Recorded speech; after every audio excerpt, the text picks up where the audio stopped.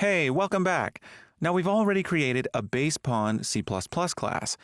In this video, we're going to derive from that class to create a new child class based on base pawn. So let's discuss why we'd want to do such a thing. So we have this base pawn class, and we know that we're going to have two different classes that derive from base pawn. We're going to have our tank, and we're going to have the tower. Now the base pawn contains meshes, a capsule, as well as a spawn point, and these are things that the tank and tower can both inherit. But the tank and tower are also going to have some functionality that differs from each other.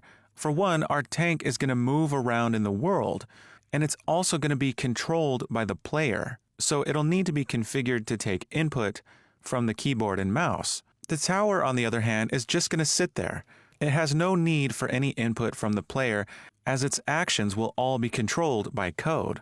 So because the tank and tower will behave differently, we're going to make use of inheritance to create child classes of base pawn so we can inherit what they have in common and then add to each class those features that will be different. So we're back here in the editor, and I'm going to go into our C++ classes toontanks folder where we have our base pawn class. And this will be the class that we're deriving from. Now we can right click here and select create C++ class derived from base pawn. So let's choose that. And I'm going to allow it to stick this class in the same source/toontanks folder as base pawn. And for the name of this, I'm going to call it tank. So our tank class will be the class for our actual tank pawn that we're controlling and moving around in the world. So let's click create class. Okay, so we've compiled and VS Code has opened up with our new tank.h file, and we also have tank.cpp. Now, these are pretty bare. There's really nothing here, but even though we can't see them, we have inherited some things from the base pawn class. We do have those components that we've added to base pawn. Even though those are private variables, they still exist in this class. So now that we've created our tank class, let's talk about a couple of things the tank will need that the turret will not. Well, since we're going to be controlling the tank, we're going to need a way to focus on the tank as it's rolling around throughout the level. Now, in this picture, this here is a camera component. Its C++ class is uCamera component. And this red line here is called a springarm component, and its C++ class is uSpringArm component. Adding these components to a pawn allows us to view the pawn from the point of view of the camera, and if the camera and its springarm are attached to the pawn in some way, they will follow the pawn around in the world. Now back here in the editor, if we go back to our pawns folder and open BP pawn tank, we can click the viewport so we can see everything. And then we can select the capsule comp and click add component and select springarm. This is a springarm component. It looks like a red line.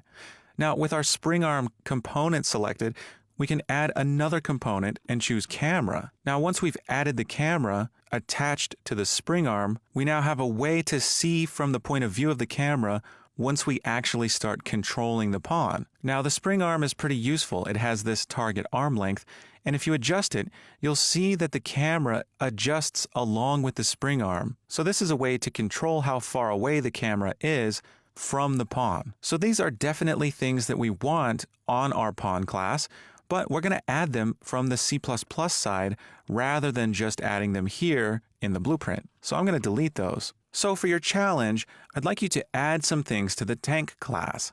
For one, we need a springarm component and a camera component. So create these variables and make them pointers. Go ahead and make a public and a private section and put these variables in the private section. Now, we'll need these to be uProperties. So give them uProperty macros and fill in those macros with the appropriate specifiers based on what you've learned in the previous lectures.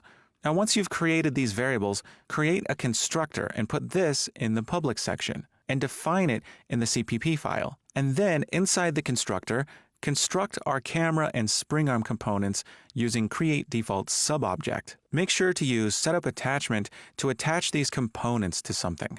We'd like our springarm component attached to the root component, so use root component in setupAttachment. And for the camera, attach it to the springarm. You can refer back to the base pawn class to remind yourself what the code looks like to do these things. Go ahead and pause the video and add these things to the tank class. Alright, so we're here in tank.h. Now first things first, I'd like to have a public section and a private section.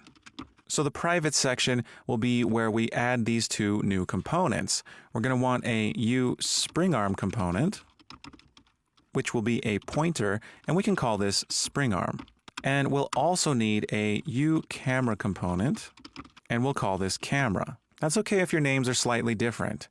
Now, right off the bat, I'm seeing the IntelliSense errors here, which means I'm going to need to forward declare these. So I'm going to use class with SpringArm and class with camera, and now these are forward declared. Now, we need our uProperties. So let's add the uProperty macros. And inside the uProperty macro, we're going to want to have some specifiers. These will be visible anywhere, as we saw that the components need to have visible anywhere for us to be able to adjust their parameters in the details panel. Now, I'm not seeing any immediate need for exposure to the event graph, so I don't think we need blueprint read write or blueprint read only. That's okay if you added them. I'm going to leave them out. Now, I'm going to give these a category. And since these are components, I'm going to just stick them in our components category along with our other components. Now, I'm not exposing these to the event graph, so I don't need our meta allow private access specifier. So this is enough for SpringArm. And I'd like to give the camera component the same uProperty. So I'm copying it over. So now we have our components. The next thing to do is to construct them in the constructor, which means we need a constructor. Now, the constructor will be the same name as the class, so it's a tank, and we need to define this constructor in the CPP file. So let's go to tank.cpp and create a tank. So there's our function body, and the tank constructor must be prefixed with our class name and the scope resolution operator. That's these double colons here. That way we're not just creating a new function, but defining our constructor for this class. Now we'd like to construct these components. So let's start with the SpringArm. So we're going to say SpringArm equals create default subobject, and this will be a uSpringArm component. And for the text, I'll simply call this SpringArm. And for the attachment, we're going to set SpringArm setup attachment, passing in root component. Now, I was waiting for it. There it is, the IntelliSense error saying pointer to incomplete class type uSpringArm component. That's because we need to include the header file since we're creating and using a SpringArm component. So here's my Unreal Engine documentation, and if I scroll down, there's my include. So I'm going to copy that and paste it right here at the top, just under tank.h. Now, just a side note, in general, you're going to keep your class header file include at the top and includes for your components underneath that. So we have our SpringArm. It's time to construct the camera. So we're going to say camera, create default subobject, uCamera component, and in the text macro, I'm going to call this simply camera. And for the camera, I'm going to call setup attachment, passing in SpringArm. And of course, I need the camera header file. So here's the Unreal Engine documentation. And here where it says search documentation, I'm going to type uCamera component. And here I see uCamera component. I'll select that. And here's the documentation for camera component. So I'll copy its include, paste it right here at the top of our file, and now we should be good. Okay, so let's go ahead and compile this. Okay, so I have a successful compile. Let's head back in the editor, and here on pawn tank, of course we don't see anything because pawn tank is derived from base pawn. And the components we just added, we added to the tank class. So BP pawn tank is not going to get those because it's not derived from the tank class. Now we could go and create a new blueprint based on the tank class, but then we'd have to set up these components all over again, and I don't really feel like going through all that work a second time. There's an easier way. We can reparent this blueprint to the tank class. We do that by going up to class settings, And in the details panel with class settings selected, we see class options, and there's this parent class. The dropdown shows that it's set to base pawn, but if we click on it, we can search for tank and choose tank as the base class. And now this blueprint is derived from the tank class. So we see that all of those properties we set with our components, such as the mesh and the capsule size, they're all still there, only now we see a camera. In fact, we have a spring arm and a camera, and if we select the spring arm, now we can see that red line. So this is great. So I could take this spring arm component and change its target arm length if I like. I could set it to something like 600. And I can even change its rotation so that it's angling the camera down at the tank by selecting rotation mode and rotating it up a bit, like so. Now, I'd like to point out that you shouldn't change the camera's location.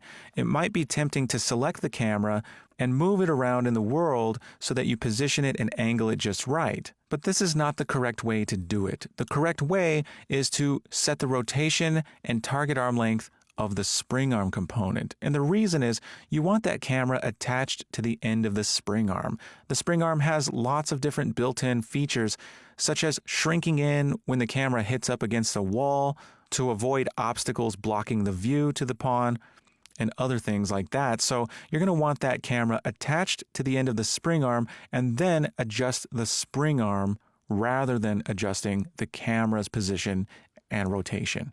So in this video, we created the tank class, and we derived from base pawn to inherit those qualities from the base pawn class. We added a spring arm component and a camera component and exposed those to the editor using visible only and put them in their own category. So we're getting closer to the finished product step by step, and we'll continue developing this tank in the next lecture. I'll see you soon.